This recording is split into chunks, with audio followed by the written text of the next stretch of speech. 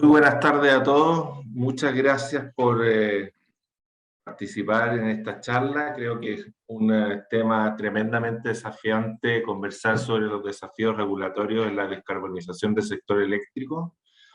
Tenemos directores académicos muy versados en la materia como Rodrigo Castillo, Eduardo Vitrán, que han invitado a un panel de lujo para esta tarde. Así que nada, yo los dejo con ellos, aprovechen la charla. Creo que la descarbonización del sector eléctrico es uno de los grandes desafíos que tiene el país y estoy seguro que lo que veamos hoy día va a ser muy útil para lo que venga en el futuro. Así que te dejo, Rodrigo. Muchas gracias. Muchas gracias a ti, Enrique.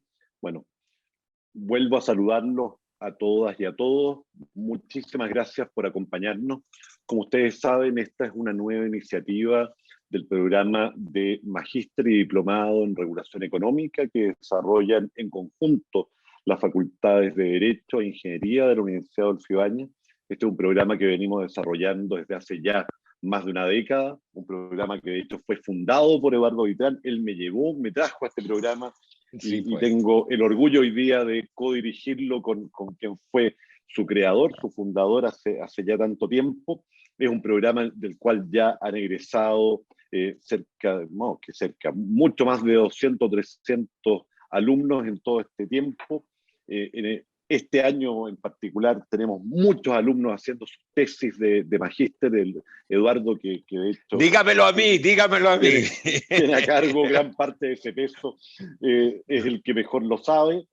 Y sí, estamos por partir una nueva generación de este programa, por lo tanto, para aquellos de ustedes que nos están escuchando, que se interesen en este programa, están, por supuesto, las puertas abiertas para que puedan consultar respecto de la malla exacta, de qué es lo que hacemos, a qué nos dedicamos en este programa, que es un programa bastante único en el sentido que es multidisciplinario, se hace cargo de los temas económicos que son fundamentales en regulación y competencia, pero también de los temas técnicos y jurídicos que están involucrados.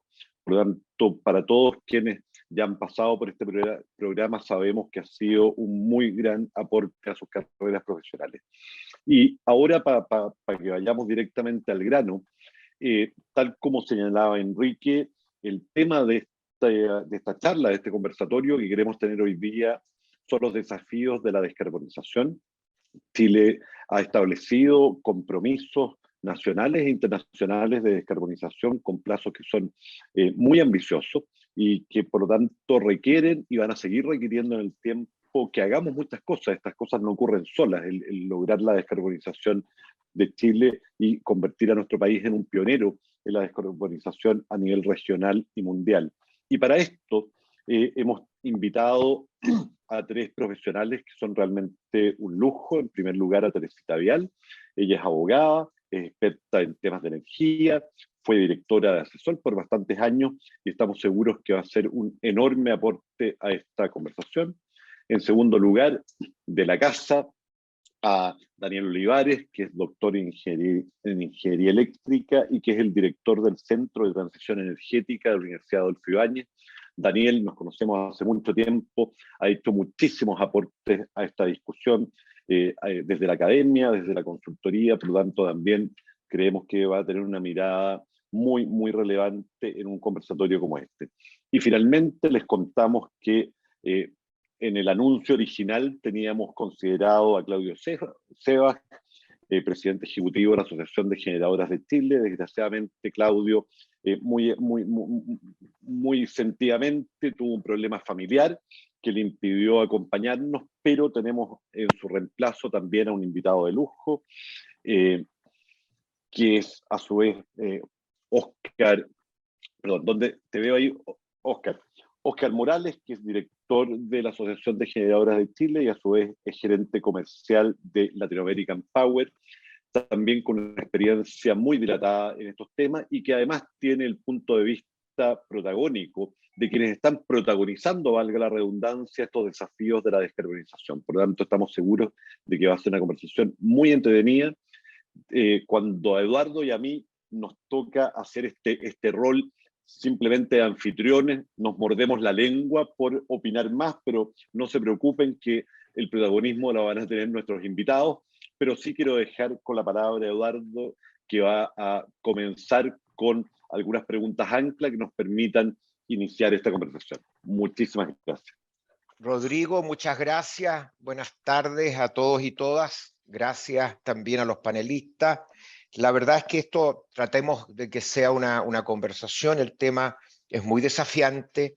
Chile, al igual que muchos países, se ha comprometido en su NDC en llegar a la carbono neutralidad al año 2050.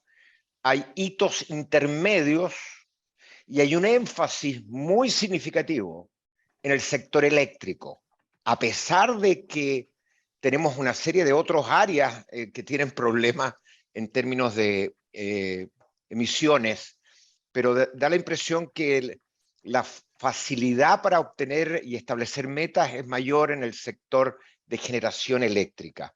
Y en particular, se ha negociado y las empresas incluso se han comprometido a un proceso de retiro de las centrales a carbón. Eso ya ha ocurrido, y hay un cronograma que supuestamente debería terminar el año 2040, el retiro completo de las centrales, y aquellos que miramos un poquito desde afuera el proceso, obviamente que la descarbonización de la generación es importante porque eso impacta a todos los sectores de la economía, la electromovilidad. Si queremos que sea verde, ¿no es cierto?, tenemos que tener generación, obviamente, baja en emisiones. Pero los que miramos de afuera el tema, observamos que hemos retirado las centrales a carbón, hemos retirado algunas centrales a carbón, las hemos reemplazado por energías variables, solar, eólica, con una penetración muy rápida, exitoso. Chile ha sido exitoso en esta materia. Pero eso nos ha generado problemas de seguridad, problemas de estabilidad del sistema, que la forma en que lo resolvemos en Chile es prendiendo los motores diésel y generación con diésel. Y entonces pasamos de una situación en que a costos marginales relativamente bajos estábamos contaminando con carbón a una en que estamos generando en la base incluso con motores diésel, también contaminando, pero a un costo marginal que puede ser hasta casi 10 veces el del carbón. ¿Qué nos pasó? ¿Qué dejamos de hacer o qué tendríamos que haber hecho?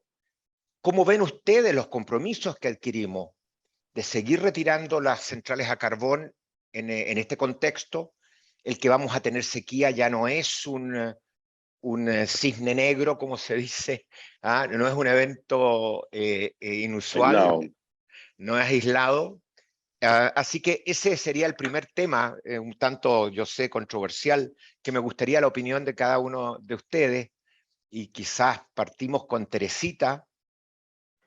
Las damas primero. Sí, Todavía nos queda eso, las damas primero. ojalá siga. Ya. Yo soy fan de eso.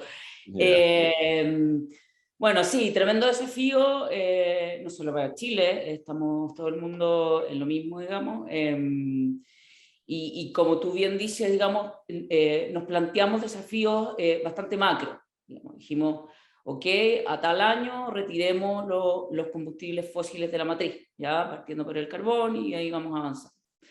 Y si bien, y en términos básicamente en el contexto que estamos de la regulación, si bien regular en base a principios estos temas tan técnicos es muy bueno, digamos, es imprescindible, porque si especificamos mucho vamos perdiendo, en el fondo hay que ir modificando todo el tiempo, digamos, pero siento que tal vez nos quedamos un poco pegados en eso, digamos, en solo el principio, y no establecer un plan hacia abajo de cómo, si bien tenemos la meta de fosilizar la matriz, cómo a nivel regulatorio lo vamos a ir haciendo y en un plan de largo plazo, ¿ya?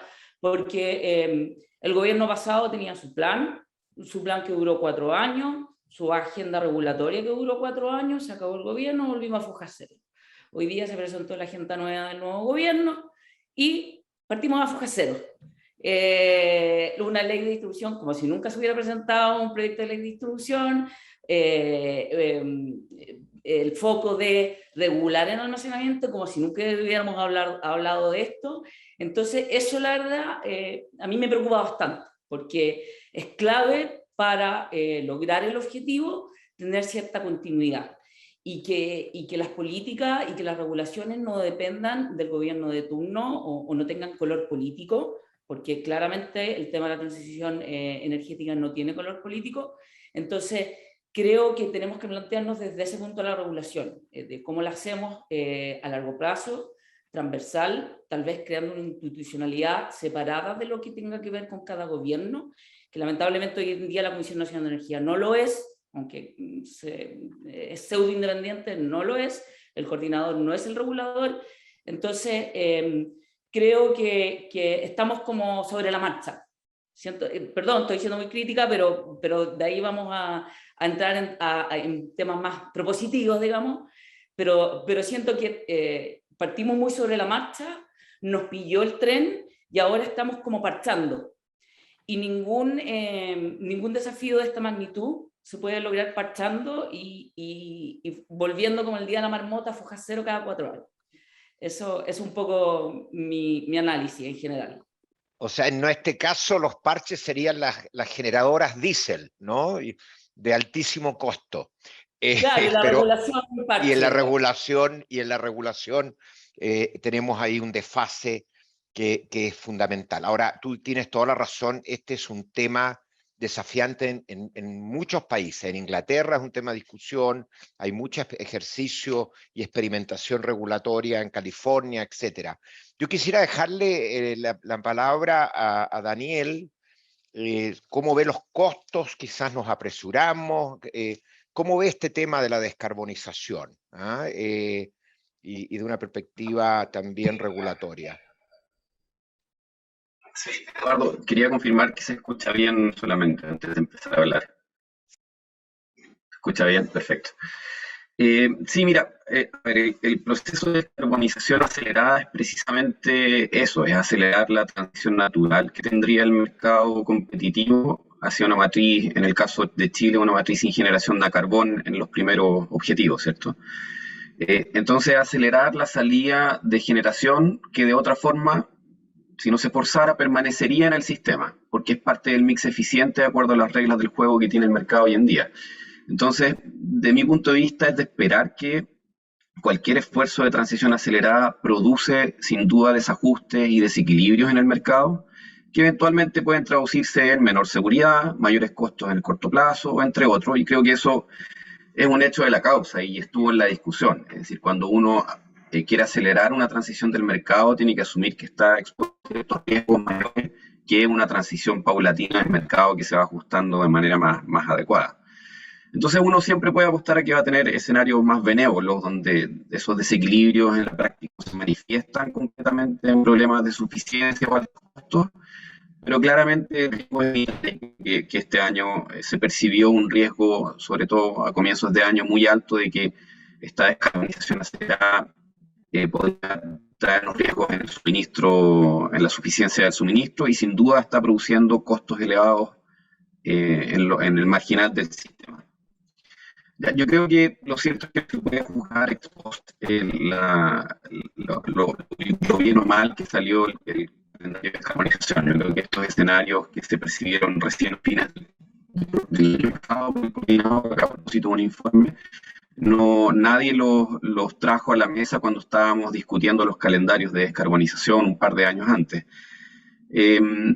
Y los sistemas eléctricos fallan, están diseñados para fallar. Nadie le gusta que fallen, cada vez que fallan nos preguntamos qué hicimos mal, pero en la práctica cuando diseñamos todos los mercados asumimos que con cierta probabilidad el mercado va a pasar por estos episodios, cada 10 años, 15 años. Entonces algo que si bien claramente el regulador y el coordinador tienen que hacer todos los esfuerzos por pasar el trago amargo con los menores costos posibles y sin sacrificar la seguridad del sistema, es algo a lo que estamos expuestos siempre con o sin calendario de descarbonización.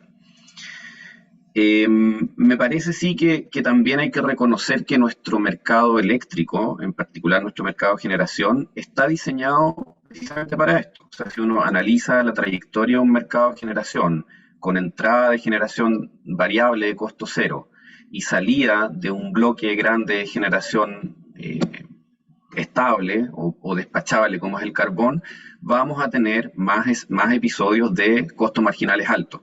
Y de hecho eso es lo sano para el sistema como está diseñado, porque la generación renovable de costo variable cero necesita episodios de costos variables marcados por unidades caras para recuperar sus costos de inversión. Así es como está diseñado el sistema marginalista.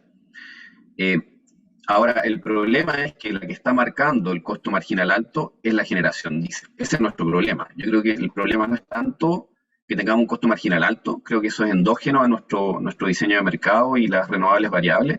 El problema es que es diésel y estábamos sacando precisamente el carbón para reducir las emisiones y ahora tenemos tremenda generación diésel.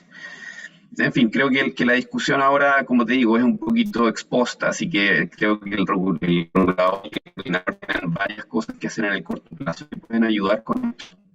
Pero me da la impresión de que nos topamos en uno de los escenarios no tan benévolos que seguramente estuvieron sobre la mesa en el calendario de descarbonización, pero que uno siempre tiende a no considerar tanto cuando tiene una visión más optimista. Gracias, Daniel. Bueno, hay algunos que dicen, mira, llevábamos 11 años de sequía, cambio climático, esto era predecible y por lo tanto debió haberse regulado antes. Pero bueno, tú tienes una opinión distinta. Me gustaría la opinión de Oscar, que está en la industria. Sí, muchas gracias por la invitación. Es un placer para mí estar aquí conversando estos temas que tanto nos gustan. Nosotros como generadora siempre hemos dicho que para lograr una descarbonización efectiva tienen que darse ciertas condiciones habilitantes. O sea, si no están las condiciones habilitantes, es muy difícil lograr la descarbonización. Debido a que este es un problema de una alta complejidad técnica. El coordinador, enfrentarse a una penetración variable, generación variable mayor al 50%, es realmente una condición de extrema dificultad. Y por lo tanto, lo que nosotros pensamos es que dentro de estas condiciones habilitantes, primero tiene que haber una red de transmisión robusta, eso es fundamental. ¿Cómo vamos a traer la energía de las principales fuentes renovables que están en el norte, incluso en el sur, hacia la demanda que está en el centro, si no tenemos una transmisión robusta? Luego tenemos que desarrollar proyectos que sean una buena noticia para los territorios. Eso también estamos muy preocupados, porque hemos notado que últimamente hay algunos proyectos que paradójicamente tienen algún rechazo de la comunidad, ¿no? Un proyecto renovable. Debido a muchas razones, no quiero caer en eso, pero hay que trabajar, hay que hacer una colaboración pública-privada para que cuando se instale un proyecto solar o un proyecto eólico sea una excelente noticia para la comunidad. Y ahí yo creo que hay que un poco cambiar un poco el enfoque que se ha dado y hacer un enfoque un poco más holístico, ¿no? En el sentido que yo siento que siempre se trata de analizar el tema de la generación, por un lado, la transmisión por otro lado, y la distribución por otro lado, pero se está dejando de un lado algo súper importante que es la demanda. Y una penetración de más de 60% de energía variable necesita participación de la demanda. Y para que la demanda participe, tiene que estar entusiasmada, no puede ser una obligación. Por lo tanto, hay que adaptar toda la regulación para que la demanda pueda participar y justamente apoyar estos periodos de estrés para que en lugar de despachar tantos diésel, podamos reducir un poco la demanda y evitamos la generación diésel. Eso en cuanto a las condiciones habilitantes, pero yo también quería comentar que yo creo que tenemos que trabajar, y entiendo que la agenda de energía de hoy tomó ese punto, en adaptar la regulación. La regulación que tenemos es una regulación un poco no quiero decir el siglo pasado, pero de hace un buen tiempo. Y necesitamos que la regulación otorgue las señales de inversión adecuadas para cada uno de los productos, para energía, para suficiencia, que es el tema que he visto que se ha tratado últimamente. Sí. Nosotros tenemos una regulación de suficiencia que tenemos que modificarla. Se habla de las famosas 5 horas de punta, y yo creo, si hacemos un análisis técnico, nos vamos a dar cuenta que los periodos de 3 quizás ya no están en esas 5 horas de punta, o sí están ahí, pero están en otros periodos también, y hay que adaptar la regulación para que dé las señales de inversión adecuadas para que se otorguen soluciones de suficiencia que contaminen lo menos posible. Y por último, no puedo dejar de un lado los servicios complementarios. Los servicios complementarios otorgan la seguridad al sistema y tenemos que trabajar también para que la regulación se adapte para que tengamos los recursos adecuados que puedan prestar estos servicios, que son servicios necesarios para una normal operación del sistema. Y en eso el coordinador ha trabajado, ha hecho estudios, ha determinado que hay que colocar unos condensadores sincrónicos. No los quiero aburrir con los temas técnicos, pero las soluciones técnicas están. Yo creo que lo que hay que trabajar más bien es cuál es la regulación que dé las señales adecuadas para que se instalen esos elementos que tenemos que tener para operar de una manera segura y confiable. Gracias, Oscar. Muy, muy interesante. ¿Quieres tú, Rodrigo?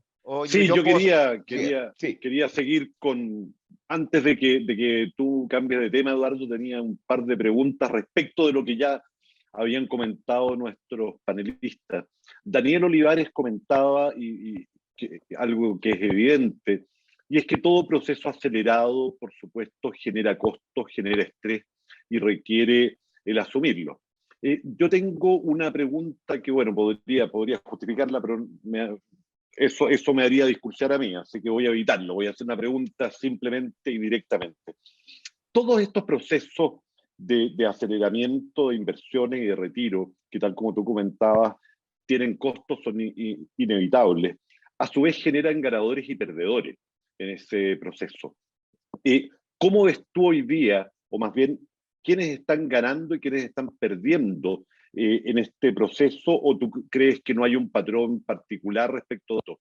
Porque el aumento en los costos marginales evidentemente afecta a algunos, pero el tipo de medidas que toma el coordinador para efectos de hacerse cargo, especialmente de problemas de desacoples en la transmisión y de problemas técnicos, por ejemplo, de mínimos técnicos o de tiempos mínimos de despacho de parte de las centrales que tienen capacidad de regulación, por lo tanto, genera disminuciones en los costos marginales en ciertos momentos, y los desacoples a su vez en algunos instantes implican que en una barra podemos tener costos marginales muy altos y en la barra de al lado o en una barra en otra parte podemos tener costos marginales que tienden a cero. ¿Cómo estás viendo tú la situación para el mercado respecto de estos costos y cómo se están repartiendo? Claro. Yo te la preguntaría de vuelta porque leí tu columna del Diario Financiero, así que me pareció que comentaste un poco de ese tema y yo tiendo a estar de acuerdo. A ver, cuando los costos marginales del sistema suben, sufren obviamente los generadores deficitarios y los excedentarios están felices, y cuando ocurre lo contrario, viceversa. Entonces, hoy en día con los desacoples en el sistema se dan dos realidades, ¿cierto? Tenemos sectores con costos marginales muy bajos, donde claramente los generadores deficitarios están felices con la situación porque están comprando energía a costo cero. Y se da lo contrario al otro extremo. No he analizado en detalle, para serte honesto, cuáles son las decisiones específicas o la arbitrariedad que puede tener el coordinador en las decisiones que gatillen estos desacoples. Discrecionalidad, porque arbitrariedad sería otra cosa. Sí, discrecionalidad, perdón. Sí, por lo tanto no me siento cómodo respondiendo esa parte, pero claramente hay ganadores y perdedores ahí, habría que ver las posiciones contractuales de los generadores para ver quiénes son los que están sufriendo más ahí. No sé si Oscar tal vez tenga un punto de vista distinto. Sí, parte de lo que dice Daniel. Los que tomaron una política comercial, vamos a llamarla conservadora, son los que están ganando ahora, porque se contrataron poco. y aquellos que tuvieron una política comercial un poco más agresiva son los que están ahora llorando, porque la situación es bastante compleja. ¿Y qué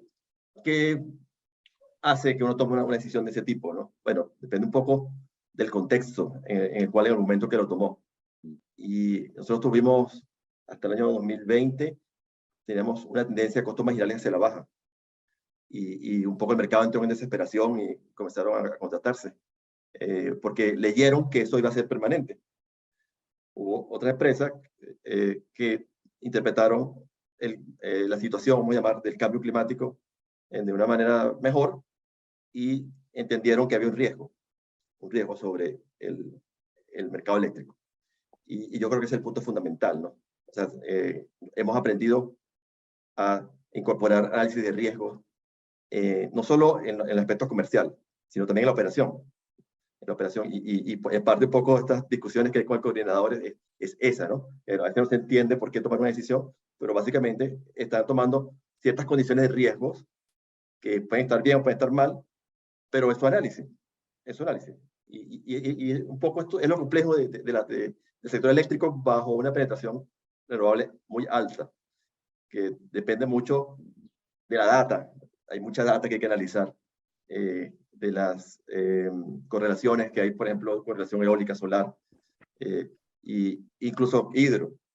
Y entonces, eso hace que de ahora en adelante, lo que hemos aprendido en la empresa es que tenemos que incorporar todos esos datos para tomar nuestras decisiones empresariales y comerciales.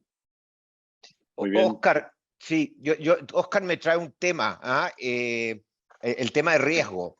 Tuvimos una última licitación de distribución para las generadoras, digamos, los contratos de distribución, y los precios promedio subieron bastante. Y la pregunta es, obviamente cuando hay cuellos de botella en la transmisión y tienes el riesgo de que no vas a ser despachado, eso te influye, es un factor de riesgo importante. ¿En qué medida son esos factores los que están incidiendo en los precios que están, digamos, se está revirtiendo la tendencia, o hay un tema más complejo de riesgo país? Compleja la pregunta. Buena pregunta. Sí. Yo no me quiero meter con temas de riesgo país. Yo puedo hablar del tema de riesgo mercado. Indudablemente hay temas de riesgo país en los resultados de la licitación. Pero yo creo que los actores, aparte de incorporar ese valor, incorporaron el riesgo de mercado. O sea, hemos vivido 2 años de desacoples, de costos marginales altos, de costos de combustibles altos, y como dije yo anteriormente, nos dimos cuenta que hay que incorporar todos esos elementos y no basta el P50, que lo estoy caricaturizando, pero no basta el P50, hay que ir al P90 o calcular el CEBAR, todas esas herramientas de riesgo para dar esos precios, y los resultados los vimos, o sea, esos precios por encima del precio de reserva de la CNE. Entonces, la pregunta vendría por el lado de la CNE. ¿Cómo calculó el precio de reserva de la CNE? Teresita, tú que eres abogado y probablemente tienes que ver mucho con contratos y conoces, interactúa con el sector privado, ¿cuál es tu visión en este tema? Mira, me parece que aquí están hablando dos palabras muy importantes, el riesgo y el costo, ¿ya? Por un lado, en el sector legislativo, el objetivo de las leyes en el mercado eléctrico en los últimos años ha sido bajarle la cuenta al cliente final, ¿ya? A toda costa. Eso es riesgo político, eso es riesgo político. Por eso, a como dé lugar, el discurso es: la señora Juanita tiene que tener una cuenta de luz más barata, ¿ya? Pero por el otro lado, y como mencionó Daniel, la transición no es gratis, no lo va a ser, y cada día los costos van a ser más altos. Y es lógico, digamos, porque confluyen un montón de factores: riesgo, falla, cambio de tecnología, etcétera, etcétera, que se traducen en costos, ¿ya? Entonces, en algún minuto también tenemos que transparentar esta verdad a todo nivel, porque ahora estamos como en un nivel de que el generador y los que participan activamente en el mercado de la energía y son más técnicos conocen esto del tema de los costos, pero también esto se tiene que transferir a la ciudadanía, digamos, y también al empresario, digamos, al banco, al financista, que dice, mira, yo quiero estabilidad regulatoria y quiero precios baratos. Bueno, pero entonces te equivocaste de época, porque esta no es la época ni de la estabilidad regulatoria ni de los precios baratos, digamos. O sea, tenemos una tormenta perfecta de guerra, pandemia, crisis climática. Entonces también tenemos que ponernos en ese escenario, porque si no, estamos luchando siempre contra la corriente y no estamos generando la regulación adecuada, tomando en cuenta estas variantes, digamos. Que tampoco vamos a tener una estabilidad regulatoria como a todos o como solíamos tener antes, en que las leyes duraban 30 años, 20 años. Ahora es imposible y tenemos que adaptarnos a ello. ¿De qué manera? Con articulados transitorios, con regulaciones más basadas en principios, digamos, en temas generales, pero hay que, yo creo que transparentar urgente. Tú me preguntaste desde el punto de vista de los contratos. Yo a mis clientes les digo, mira, a ver, tenías que adaptarte a que el reglamento de potencia va a cambiar cada 3 años. Y probablemente el de coordinación y operación también, porque además tenemos un tema en que sale la ley, el reglamento se demora 4 años y cuando ya salió ya hay que hacer otro y así, digamos. Entonces, de alguna u otra manera, tenemos que adaptarnos a este escenario, porque en el corto plazo no va a cambiar, tanto el cliente final como aquellos que participan activamente en el mercado. ¿Por qué no abordamos el tema que todos ustedes han planteado? ¿Cuáles serían los elementos fundamentales de regulación que habría que cambiar, modificar, para poder seguir avanzando en el proceso de descarbonización sin que esto implique enormes costos, ya sea de interrupción de servicio o terminar con los diésel, generando, poder avanzar en un camino relativamente razonable? ¿Qué es lo que nos falta? ¿Qué regulaciones son las que tendríamos que cambiar? ¿O hay un tema más fundamental? Hay un profesor, Paul Joskow, que tiene un artículo famoso que dice, mira, con renovables no despachables, todo el enfoque tradicional marginalista empieza a perder sentido, porque se produce un problema en que las decisiones de inversión y las señales de largo plazo no están vinculadas a lo que está ocurriendo en el corto plazo. Pero bueno, ese es un planteamiento muy, muy drástico. ¿Qué opinan? Daniel, ¿qué habría que hacer en materia regulatoria para cumplir varios objetivos simultáneos? Descarbonizar, más estabilidad, suficiencia, etcétera. Déjame, Eduardo, antes de que nos responda Daniel, solo complementar en algo tu pregunta, porque además en el público estaban planteándolo y creo que está muy relacionado. La transición, como bien lo dice el nombre, tiene que ver con ir desde una etapa actual, en la cual conviven energías que son de base con energías que son variables de distintos tipos, hacia un mundo futuro en el cual esperamos que el 100% de la energía sea energía baja en emisiones. Hay otras cosas, evidentemente, pero esa es la lógica de esta transición. En el largo plazo, cuando uno va hacia energías que son variables y que son normalmente de costo marginal cero, evidentemente la idea misma, tal como lo acaba de decir Eduardo, de remunerar solo en base a costos marginales los intercambios instantáneos en el sistema, más allá de los contratos, es algo que está en entredicho en el mundo entero. Por lo tanto, complementando esta pregunta más amplia, Eduardo, quisiera que pudiéramos discutir un poco de eso. Estupendo. Daniel. Ya, pues no están fáciles las preguntas. Sí. No está fácil la situación. No está fácil la situación, exactamente. Mira, a ver, en términos generales uno puede transitar rápido a un lugar cuando sabe a dónde quiere llegar. Si no sabe a dónde quiere llegar es difícil transitar rápido, ¿ya? Y eso creo que es un poquito lo que nos pasa en Chile. Necesitamos tener claridad del sistema que queremos a futuro y ahí yo creo que sería un poquito más fácil diseñar el mercado que nos lleva hasta allá. El problema es que para hacer eso hay que asumir un costo en que ese sistema que nos estamos imaginando ahora no es el más barato. ¿ya? Si queremos el más barato, vamos a transitar lento, de acuerdo a decisiones del mercado. Estamos en un momento donde las tecnologías se siguen desarrollando. No podemos tener estabilidad regulatoria en un entorno con tanta falta de estabilidad tecnológica todavía. Cuando alcancemos estabilidad tecnológica, sepamos cuáles son las tecnologías eficientes, eventualmente la regulación nos sale fácil. Entonces yo creo que a mí me gusta mucho el esquema que existe en otros países de regulación, como en Inglaterra, por ejemplo, que hay un ente regulador que recibe un mandato bien claro, que es el que entrega la señal a los actores del mercado. Dicen, este es el lugar a donde queremos llegar, mientras usted sea una tecnología eficiente para el sistema y se comporte de acuerdo a ciertos protocolos, tenga por seguro que está dentro del mix eficiente y el mercado se va a ir ajustando para que esa tecnología permanezca dentro del mercado. ¿Ya? No podemos, en este momento, por ejemplo, sería muy drástico que entrara un proyecto de almacenamiento y que 3 años después se cayera por problemas en el mercado. O sea, sería un poquito descabellado, ¿no? Lo que necesitamos en el sistema eléctrico es almacenamiento con renovables si queremos deshacernos de los combustibles fósiles. No hay otra forma. Almacenamiento más renovable. Entonces, creo que es un poquito el huevo y la gallina en esta situación. Si sabemos dónde queremos llegar o queremos establecer nuestra meta, eso tiene un costo, porque tenemos que asumir un riesgo de que eventualmente nos vamos a equivocar, pero vamos a avanzar más rápido. Si no, si queremos hacerlo lo más barato posible en el camino, no podemos avanzar rápido, porque las decisiones de los inversionistas van a estar incorporando ese riesgo de que eventualmente su tecnología no es parte del mix eficiente un poquito más adelante, que eventualmente la tecnología se desarrolla de golpe y cae en los costos y su proyecto ya no es económicamente viable.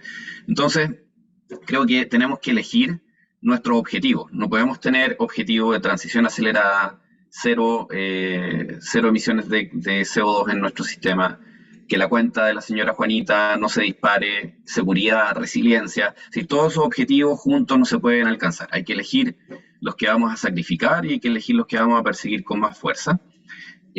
Creo que el problema de la cuenta de la señora Juanita parece más de lo que uno desearía en la discusión de política pública. Y creo que aquí lo que nos falta un poquito para despejar eso de la ecuación es tener un esquema de subsidio a clientes vulnerables robusto que nos permita sencillamente abstraernos de la cuenta clientes vulnerables y preocuparnos de que las señales económicas sean las eficientes. Ya, pero quizás no sé si respondí mucho a la pregunta, Eduardo, dejé planteadas más dudas, pero creo que nos falta, de alguna forma, en nuestra regulación, tener nuestra versión de establecer un principio rector de largo plazo que guíe las inversiones y que al mismo tiempo permita tener una regulación específica un poquito más flexible para ir adaptándose a la tecnología.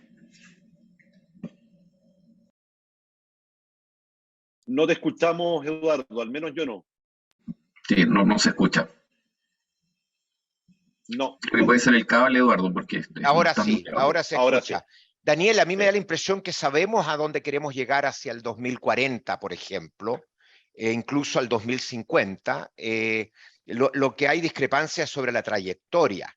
Y sin duda uno puede generar regulaciones que generen los incentivos adecuados para invertir, pero no lo puede hacer tan dependiente de la tecnología. Ojalá sea neutral respecto a la tecnología.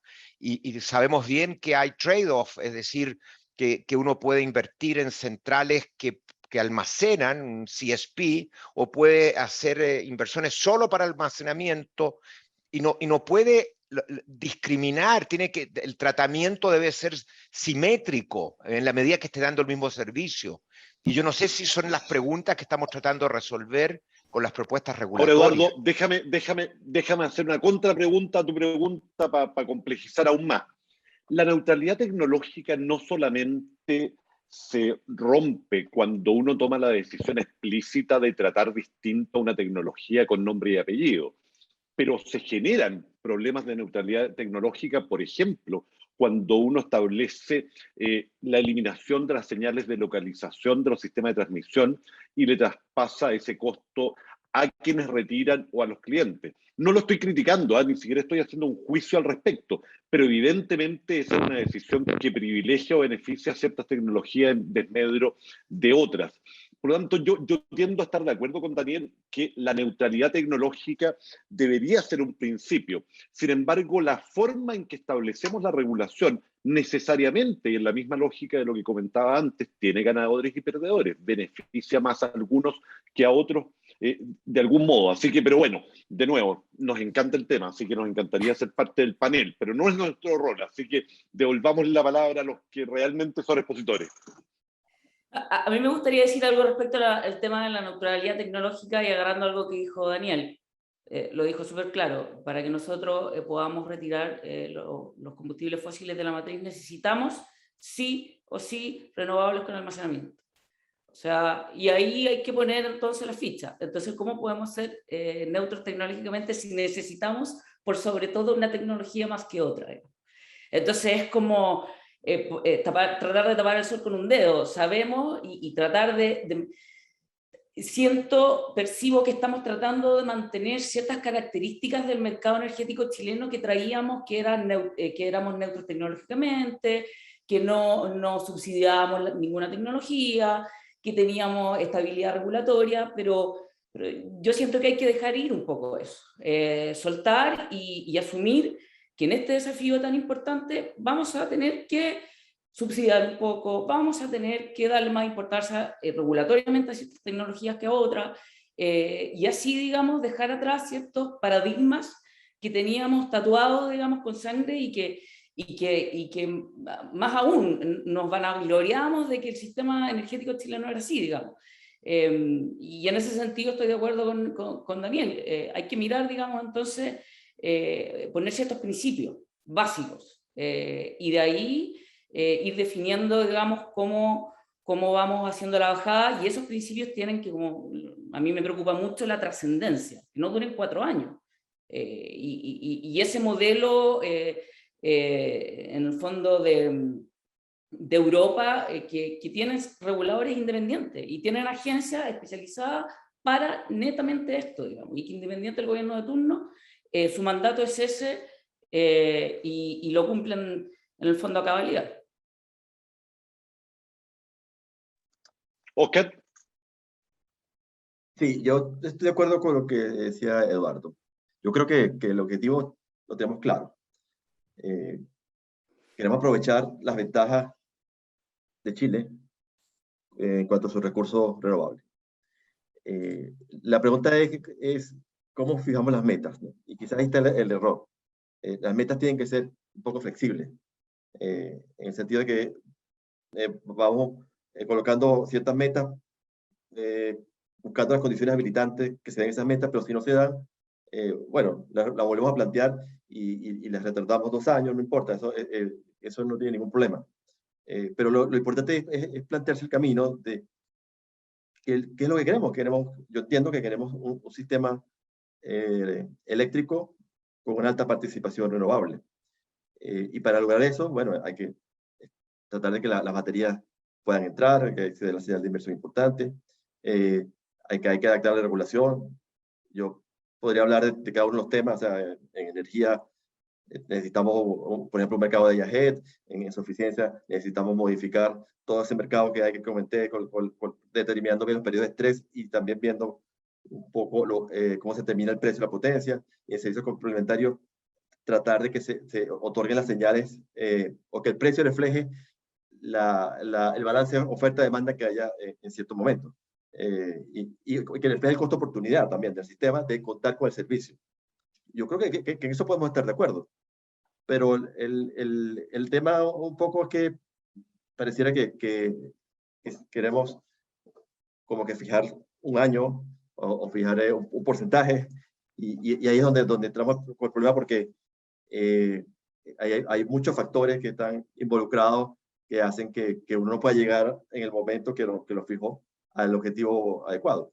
Pero ese no es el problema. Para mí el problema es justamente plantearse el objetivo y tratar de llegar allá. Ok. Eduardo, si me permites, retomando, porque son tantos los temas que a veces yo mismo nos vamos por las ramas. Si uno tuviera una lógica de verdadera neutralidad tecnológica, lo que habríamos hecho sería haber puesto un impuesto adecuado a las emisiones de gases de efecto invernadero y hubiéramos permitido que las centrales se hubieran seguido desarrollando normalmente y neutralmente, simplemente estableciendo el costo de las externalidades que producen. No fue esa la definición que tomó Chile. Chile tomó una definición que evidentemente no es neutral tecnológicamente, sino que se comprometió a eliminar esas centrales. A partir de ahí, rota ya la neutralidad tecnológica, efectivamente tenemos que tomar decisiones que permitan navegar. Y desde el punto de vista político y ciudadano, que es lo que comentaba tanto Daniel como, bueno, todos ustedes, Eduardo, es muy difícil explicarle a la señora Juanita, a quien hace pocos años le prometimos que las energías renovables iban a bajar los costos porque eran más baratas, explicarle que en realidad la descarbonización tiene costos y que el precio de la energía va a aumentar transitoriamente en lugar de disminuir siempre. Por lo tanto, tenemos un doble desafío. Tomamos una decisión no neutral, que yo comparto, pero ahí está, la decisión no neutral. Tenemos un desafío de transición que va a implicar sobrecostos, que además, como hemos dicho, genera ganadores y perdedores, y que requiere además adaptaciones regulatorias, como han dicho ustedes. Me gustaría preguntarle de nuevo, tal vez en el mismo orden a los tres, si tuvieran que escoger una vara de plata, o dos máximo, ¿cuáles serían los dos elementos en los cuales se centrarían para poder navegar en esta transición de la forma más adecuada posible? Una bala de plata regulatoria, ojalá. Regulatoria, a eso me refiero. Parte Daniel, ¿no? Ese era el orden, pero si quieren Daniel, partir en otro. Estaba Teresita primero, pero me quedé. No, Pero no siempre las damas primero. ya. Chuta, bueno, Rodrigo, cada pregunta más difícil que la anterior. La bala de plata, bueno, difícil decirla. Yo tiendo a pensar que la forma correcta de hacer esto era precisamente incorporar el impuesto a las emisiones. Y creo que todavía eso es muy necesario, sobre todo, y no solo en Chile. O sea, al final esto tiene que ser un esfuerzo a nivel global. De otra forma, tú no puedes resolver este problema solo en un país. No puede un país decir, no, yo voy a ir por esta ruta y volverse un poco competitivo y que la industria se vaya del país por precios más altos de la energía. Entonces creo que el problema de transición energética, si bien en Chile somos muy bendecidos por nuestras capacidades de generación renovable, nuestros factores de planta que nos han permitido avanzar bastante sin demasiada forzamiento, digamos, por decisión del mercado. Creo que seguir avanzando y forzar aún más internamente en Chile puede generar un daño en la industria local, altos precios, que no sé quién estaría dispuesto a asumirlos. Entonces, me parece que una transición más acelerada aún tiene que venir de un esfuerzo a nivel global más que iniciativas locales, sencillamente. Teresita. Sí, va a parecer que le estoy copiando todo a Daniel, pero coincido. Tomar el tema como un tema más macroeconómico, digamos.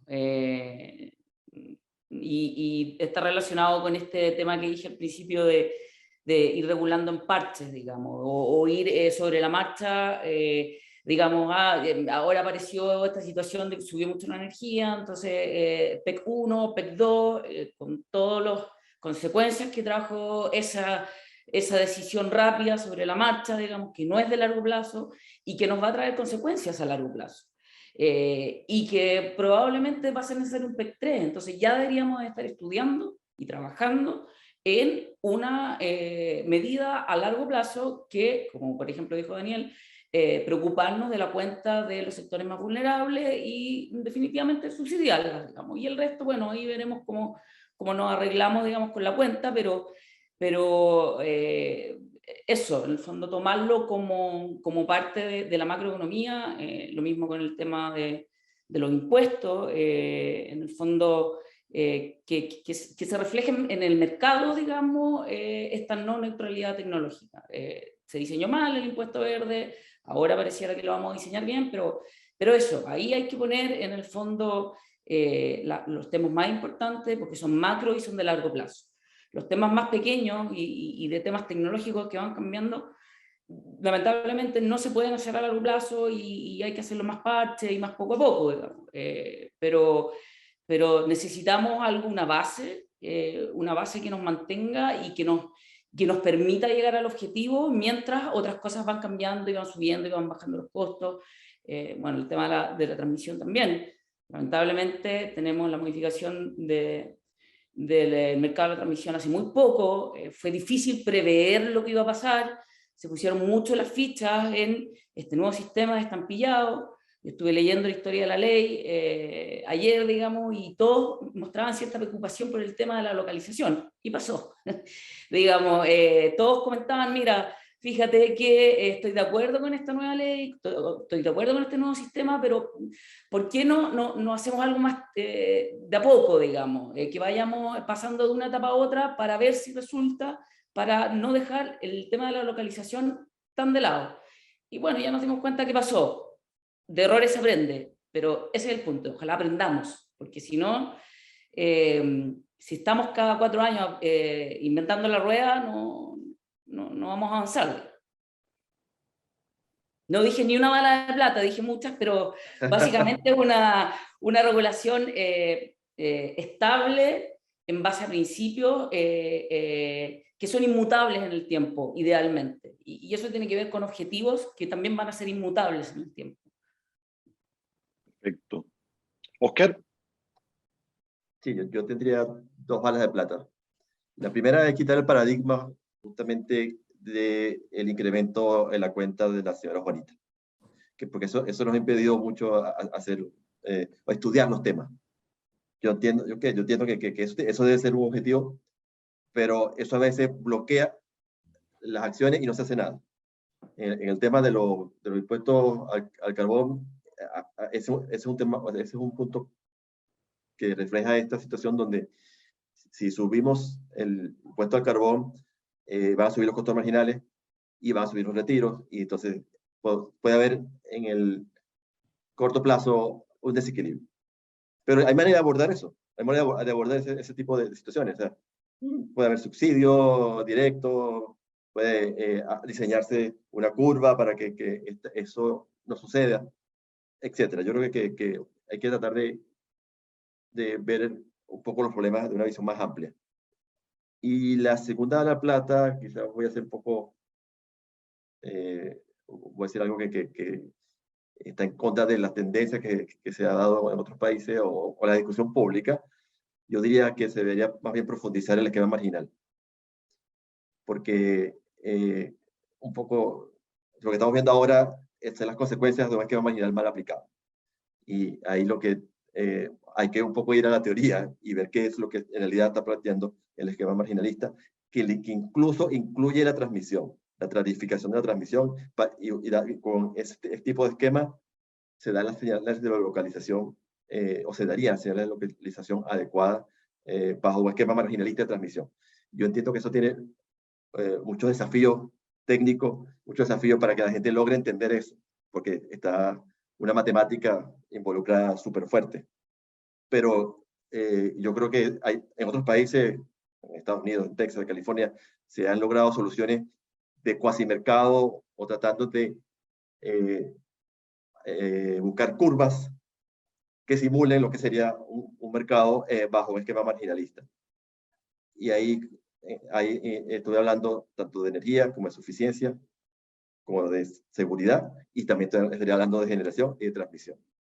Entonces yo buscaría la manera de que ese nuevo esquema sea práctico de aplicar, con las simplificaciones que se tenga que hacer, pero yo creo que esa sería la vía para lograr una regulación fuerte que dé las señales adecuadas para cada uno de estos productos. Oscar, solo porque es súper interesante lo que planteas cuando tú dices que hoy día estamos aplicando un mercado marginalista o precio marginalista que no están bien planteados, digamos. Nos das como un ejemplo que sí es fácil de entender la señal de localización y por lo tanto incorporar el precio de los costos de transmisión. ¿Qué otro elemento del actual mercado marginalista en Chile tú crees que está hoy día distorsionado o debería mejorarse? Ya lo dije, en suficiencia el precio administrado. Y el precio debería ser el resultado del balance oferta-demanda. Igual en seguridad. Seguridad se ha tratado de avanzar en licitaciones para servicios complementarios, pero se ha avanzado 2 pasos y se retrocedió 1, y en parte porque como que los resultados de la licitación no fueron lo más adecuados, porque este tipo de esquema también tiene que uno tener un organismo o un coordinador fuerte en el punto de vista de los análisis de poder de mercado. Así es. Y ahí entonces es un poco la barrera que hay. Y podemos hablar también de mercado oferta, también podemos hablar que podemos también por ahí. Pero yo no estoy diciendo que tengamos que ir hacia allá, pero sí tendríamos que, lo que estoy pidiendo es que se revisiten los fundamentos del mercado marginalista para que se entienda qué es lo que se quiere plantear o qué es lo que quiere transmitir los resultados de un mercado marginalista en un mercado eléctrico. De nuevo estás silenciado, Eduardo. Sí, Oscar, tú mencionaste que ha habido intentos de abordar el tema de almacenamiento en este problema, digamos, de suficiencia, tratando de resolver esto, y por una parte hubo una licitación que se declaró desierta, era bastante predecible, dado la estructura de mercado, como que lo que iba a pasar, no hubo ninguna novedad. Hay que saber un poquito de competencia también, sin que haya colusión, ¿no? Es un tema simplemente de oferta y demanda y de cuántos actores pueden participar. Y lo otro, entonces se dice, bueno, ok, vamos ahora a hacer entonces licitaciones renovables, pero exigiendo en cada una de las ofertas que tú le asignes, le agregues almacenamiento. Eso puede ser muy poco eficiente. Nada dice que esa sea la forma más adecuada de resolver el problema. ¿Qué opinan de eso? Sí.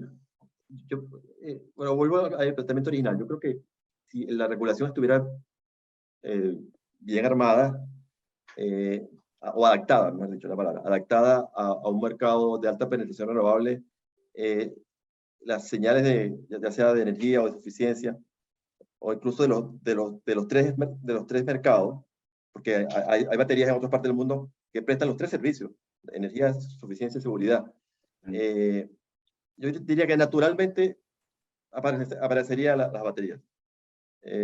Ahora están apareciendo un poco como consecuencia de los curtailment. Y en base, la señal de energía está haciendo que aparezcan las baterías. Pero yo diría, vuelvo a mi planteamiento original, pues, si tenemos toda la regulación adaptada, naturalmente van a surgir las baterías en los sitios donde deberíamos tener baterías. Daniel.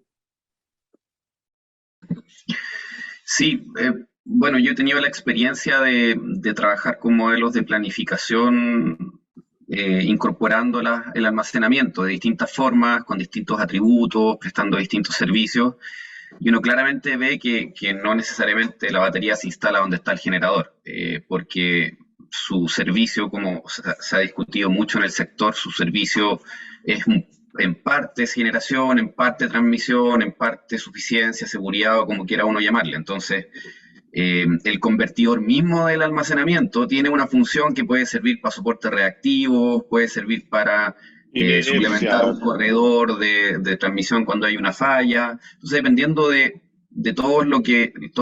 la complejidad que uno agregue al modelo de transmisión, puede ver que la ubicación de estos activos de almacenamiento aparece en otra parte. Lo que dice claramente que efectivamente yo comparto tu visión de que es ineficiente tratar de incorporarlo forzadamente acompañado del generador. Por otro lado, reconozco la complejidad que tiene en el mercado actual insertar un activo como el almacenamiento, porque tiene participación en un mercado, que tiene contribución en un mercado competitivo como el de generación y en un mercado regulado como el de transmisión. Y en un mercado que es en algunos casos competitivo y en otros regulado como el de servicios complementarios. Pero creo que efectivamente uno puede ver en los modelos centralizados que aparece almacenamiento tempranamente en los próximos años en el sistema. Eso quiere decir que es eficiente para el sistema. ¿ya? Entonces debemos encontrar la forma de diseñar nuestro mercado para que ese activo entre, porque claramente va a ser lo mejor para en términos de los costos totales del sistema. Es solo un problema de alocación de incentivos en el fondo. Tema clave ese. ¿Qué opinas, Teresita? Agregar eso mismo un poco, que yo creo que partimos al revés, partimos regulando del micro al macro, digamos, en la norma técnica, en el reglamento, y ahora nos fuimos a la ley, digamos, debió haber sido al revés. Debió haber, la regulación lógica debió haber sido quién puede operar y a qué segmento puede operar un sistema de almacenamiento y cómo, digamos, prestando qué servicios, porque nosotros también tenemos limitaciones en cuanto a la integración de los mercados. Entonces, claro, el que lo quiere poner a nivel generación a lo mejor no va a poder participar a nivel transmisión. Entonces, eso es clave aclararlo desde ya. Y si ya lo aclaramos y despejamos esa duda, digamos, del inversionista, del desarrollador, él sabe desde ya que va a poder participar en una serie de mercados, independiente de cuánto le paguen, digamos. O sea, es importante, pero más o menos siempre va a tender al alza, la regulación va a tender a premiar, digamos, esta tecnología en cuanto a precio. Pero es clave saber dónde puedo operar y de qué manera y cómo yo, empresa, qué porcentaje puedo tener, por ejemplo, que hoy en día el artículo 7 lo limita, si yo soy generador, en cuánto porcentaje puedo participar en cada otro de los mercados, si es que tengo un sistema de almacenamiento, a lo mejor ahí podemos premiar. Mira, fíjate que a ti como propietario del sistema de almacenamiento no te vamos a aplicar los mismos límites del artículo 7, sino que vamos a ser más laxos contigo. De alguna manera, pero eso ya te da un marco conceptual para poder decir, me tiro a la piscina, no sé cuánto me van a pagar, pero sé dónde puedo operar y puedo diversificar mi riesgo. Si está mal en generación, bueno, también, y al mismo tiempo, porque hoy en día el reglamento prohíbe ciertos funcionamientos al mismo tiempo, digamos. O sea, si tú estás funcionando como servicio complementario, no puedes funcionar como generador, etc. Y eso tenemos que despejarlo, pero a nivel macro, a nivel ley, no a nivel reglamento, norma técnica. Sí, yo quería justamente, y ya para entrar al último tema, porque llevamos poco más de una hora, yo creo que podríamos pasarnos varias horas, creo que, salvo que nosotros seamos muy nerd, yo me he entretenido mucho en la conversación, pero quisiera centrarme en el tema almacenamiento. Todos aquí han comentado que el gran desafío para incorporar mayor cantidad de energías renovables, variables, es el almacenamiento, es algo que repetimos como loros todos, todo el día. Y sin embargo, tal como comentaban, bueno, todos ustedes y ahora muy directamente Teresita, hoy día la normativa es muy restrictiva respecto del almacenamiento, básicamente por un motivo que está además relacionado con lo que decía Óscar Morales antes, y es que la gran preocupación es que ese activo no vaya a sobrerentar, no vaya a ser doblemente remunerado. ¿Por qué? Porque los precios están regulados, existen precios estabilizados y por lo tanto estamos muy paranoicos respecto de la posibilidad de que alguien pueda estar arbitrando con ese activo para poder sacarle el mayor provecho posible. La pregunta directamente es, ¿les parece que la actual normativa de almacenamiento, que lo que se está discutiendo hoy día a nivel legal del almacenamiento, va en el camino correcto, o ustedes creen que hay elementos que deberían variar y que deberíamos ir yendo hacia un tipo de regulación del almacenamiento distinta a los paradigmas que tenemos hoy día? Si quieren, partamos por Óscar para cambiar el orden simplemente y no estresar de nuevo a Daniel, que lo hemos hecho partir todas las veces. Sí, no, yo sí creo que el almacenamiento debe tratarse de una manera distinta. Y ahí, porque justamente, bueno, ya lo dijeron, es una condición habilitante para una alta penetración renovable. Y yo no vería mal que haya algún tipo de instrumento regulatorio que promueva la instalación de baterías. Por ejemplo, una licitación solo de baterías, que parecía un poco a lo que se va a ver ahora con las baterías en un sistema de transmisión, ¿no? Una batería que preste un servicio o varios servicios que sea necesario para en cierta posición del sistema. Yo creo que eso es necesario. la regulación que está ahora, o la ley de almacenamiento, es un avance, yo creo que es un gran avance, despeja incertidumbres regulatorias. Yo creo que se van a activar proyectos de baterías. Pero me voy a pegar un poco una pregunta que estaban haciendo, que no hemos mencionado la generación distribuida. Y yo creo que las baterías en la generación distribuida es una herramienta muy importante. Tesla acaba de crear una planta virtual en el Carrizo, donde es despachada. Y esa planta virtual, si mal no recuerdo, son como unas 300 casas que tienen baterías en las casas. Y no solo tienen baterías y paneles solares. Y eso es un recurso muy importante que puede tener el coordinador, porque es muy flexible. Si tenemos en algún momento alguna déficit de energía, llaman a Tesla, y Tesla tiene un despacho de carga y le dice a sus 300, 400, 500 casas, activa la batería, por favor. Y eso es inmediato. Entonces yo creo que deberíamos también transitar ese tipo de soluciones. Totalmente de acuerdo, ¿eh? Daniel.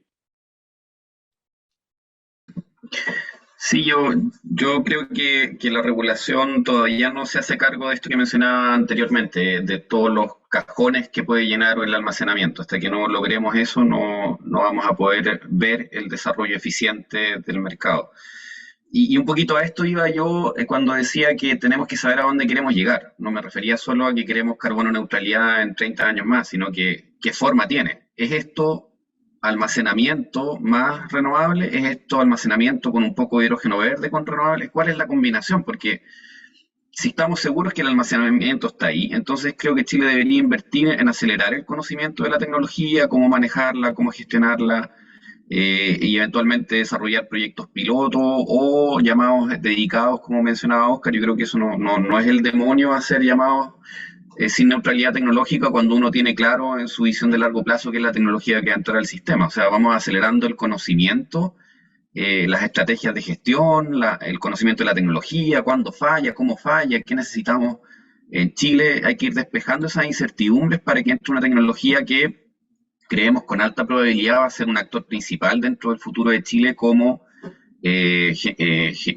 sistema de carbono neutral basado en energías renovables principalmente.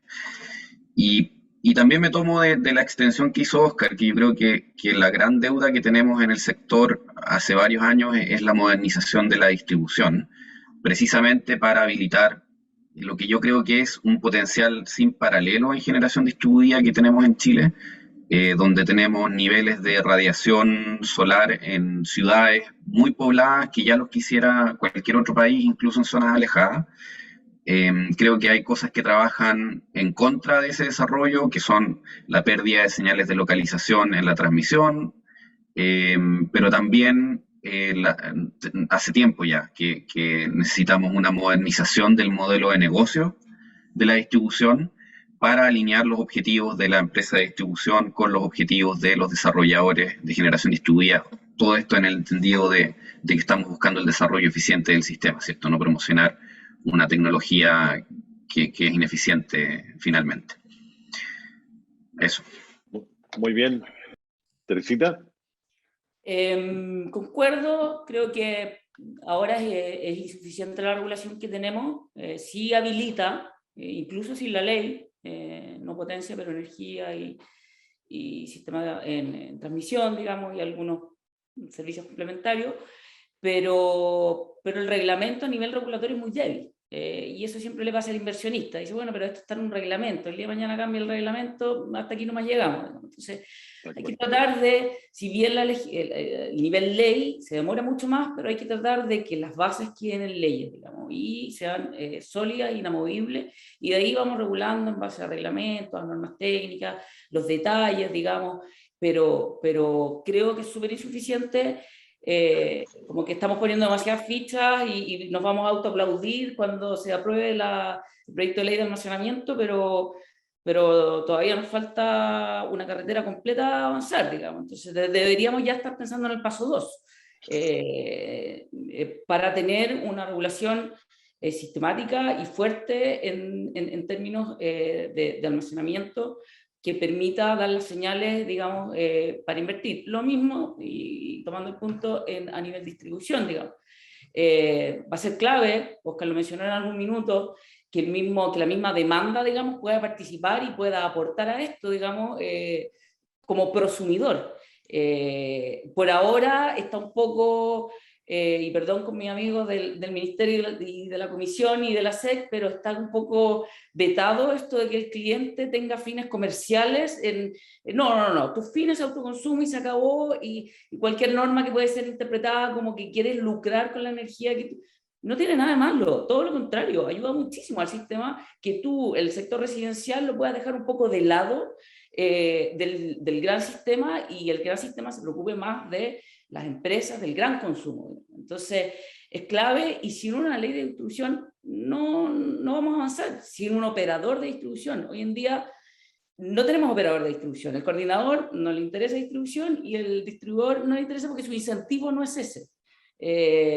No le pagan para eso, básicamente. Entonces, eso, tenemos que urgente ponernos las pilas en estos temas de base, digamos, de principio, un decálogo, y que esos proyectos de ley avancen y que pasen estos 4 años de gobierno y se siga discutiendo y salgan las leyes, digamos. Necesitamos que salgan las leyes, no reglamentos y normas técnicas, leyes. De hecho, perdón, la gran reforma en la distribución, Daniel lo sabe muy bien, la venimos discutiendo hace 8 años en serio. O sea, hace 8 años estamos trabajando en textos y no ha avanzado ni una coma en la discusión legislativa.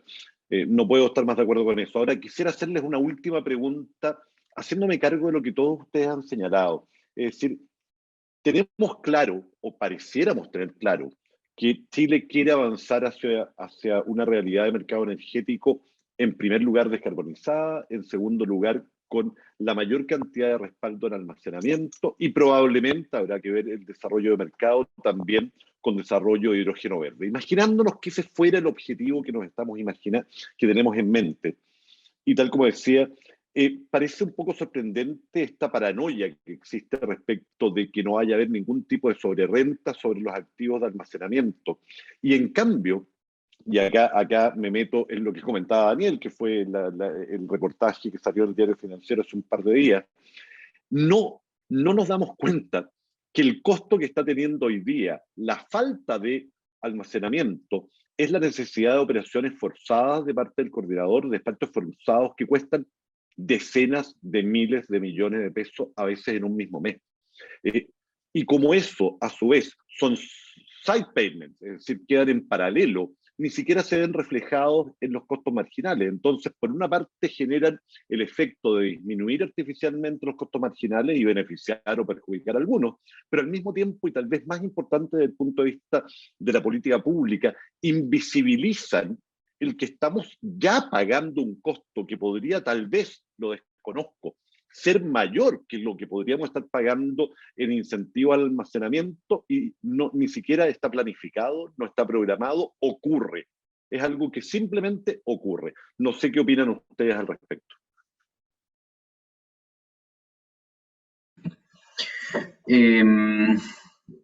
Yo, bueno, tiendo a estar sumamente de acuerdo contigo, Rodrigo. Es clave para que las decisiones de inversión se tomen, que los costos estén reflejados en los precios del mercado. Eso es una cosa. Y también, volviendo a esto de qué tan rápido queremos avanzar con la transición, siento que el sistema en Chile a veces es como que fuera una casa que se le rompe una ventana. Y queremos hacer un proceso de licitación y asegurarnos de que el tipo que llegue sea el más barato, y nos demoramos 3 meses, se pone a llover, se nos moja el piso, se hincha la madera. Ya esos son los costos adicionales que tú dices, que vamos pagando, porque en realidad había que llamar a alguien rápido. Si ya sabemos que queremos la ventana arreglada, arreglemos la ventana. O sea, un poquito creo que eso es lo que pecamos en Chile a veces, de tratar de ir avanzando todo demasiado paulatino, y creo que hay algunas cosas que podríamos hacer más rápido, y las señales están, como tú mencionas, una de esas son los sobrecostos que tenemos en la operación del sistema, que no se ven reflejados en el marginal. Entonces parecieran no doler por ahora, pero al final los pagamos todos igual.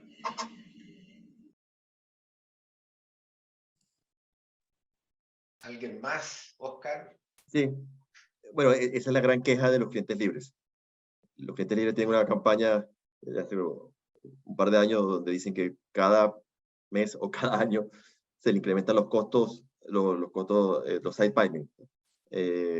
Y la gran pregunta es si esos pagos que están haciendo los clientes son los más eficientes. O sea, si estamos yendo a la solución costo eficiente. Y ahí, bueno, yo creo que es el tema de Daniel, ¿no? Hay que hacer las corridas con una visión centralizada y determinar si en realidad estamos transitando donde queremos ir. Y eso es lo importante, con esto creo que quiero terminar, lo importante es la regulación. Una mala regulación hace que tengamos un camino distinto al final del que queremos hacer, ¿no? Porque comenzamos a pagar por un side payment, uno a pagar por otro lado, y no se ve, o sea, no se refleja si en realidad eso es lo más eficiente o no, o si se dan unas señales adecuadas para que una central, incluso térmica, no se le importa, una central térmica más flexible se incorpore y genere side payments más baratos que los que están pagando actualmente los clientes libres. O los clientes en general, disculpe. Sí, de acuerdo. Yo siento que como los side payments son como problemas que vamos metiendo bajo la alfombra y nadie sabe, nadie se da cuenta y de repente como la familia explota y no sabemos qué hacer porque ya es una bola de nieve, digamos. Entonces hay que transparentarlo esos precios tienen que ser parte o sea, tienen que entrar dentro de los precios del mercado para que den la señal y la alarma de decir, oye, hay algo mal. Porque si no entran en los precios de la energía, nos dan esa alarma y se sigue, y se sigue, y se sigue, nadie se dio cuenta. O sea, quien no mira los balances, digamos, o quien no mira las cartas del coordinador, o que no se da cuenta de todas las fallas de los subsistemas que se están creando, de las fallas, entonces tuvo que prender otro, y así vamos sumando. Entonces, si eso lo integráramos a los costos, todos estaríamos con la alarma prendida, digamos, y el problema lo tomaríamos, en el fondo, el toro por la asta. Entonces, importante eso también en la regulación, ver qué temas quizás hace un tiempo no eran tan importantes y generaban side payments pequeños, digamos, hoy en día ya se tienen que regular a nivel de operación normal, digamos, porque ya no son situaciones, en el fondo, puntuales que se dan cada 6 meses, se dan todos los meses, cada 2 semanas, y hay que regularlo de esa manera, digamos, no con situaciones excepcionales. De acuerdo, de acuerdo. Pero Eduardo, te dejo la palabra para que ya vayamos cerrando, llevamos una hora y media, se nos ha pasado volando. Sí, no, yo creo que tenemos que, claro, ir cerrando. Yo creo que ha sido tremendamente interesante. Tenemos un desafío enorme. ¿Cómo vamos a transitar a donde queremos llegar? ¿Cómo vamos a mejorar la regulación? Y ahí la impresión que queda es que debimos haber quizás actuado un poco antes. No hay unanimidad en esta visión, pero el gran tema de almacenamiento hay que abordarlo de una manera eficiente y esperamos que la regulación avance en ese sentido. Yo les agradezco a Teresita, Oscar y Daniel el que hayan compartido con nosotros sus puntos de vista, y vamos a nosotros seguir como programa haciendo este tipo de seminarios que son bastante entretenidos y nos traen a temas muy relevantes hoy día y a futuro. Así que muchas gracias a la audiencia. Rodrigo, cierra tú finalmente. Sí, muchas gracias, Eduardo. Vuelvo a agradecer a quienes nos han acompañado. Insisto en que no sé si sea porque nosotros nos gusta tanto el tema que yo me he entretenido tanto, pero bueno, veo que llegamos a tener casi 80 asistentes y todavía quedan 50 y tantos, así que la verdad es que parece que no somos los únicos que vibramos con este tipo de discusiones.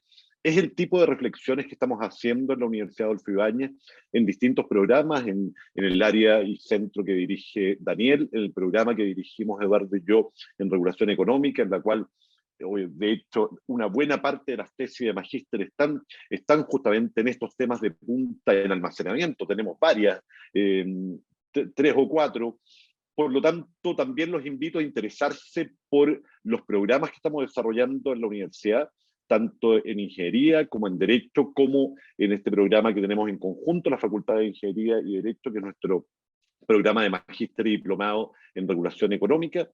Y desde ya los dejamos, por tanto, invitados a las próximas charlas y conferencias que vamos a seguir desarrollando sobre temas igualmente interesantes que el que hemos podido discutir hoy día. Así que les doy las buenas noches, ya a estas alturas está oscuro, y muchísimas gracias a todos ustedes por habernos acompañado.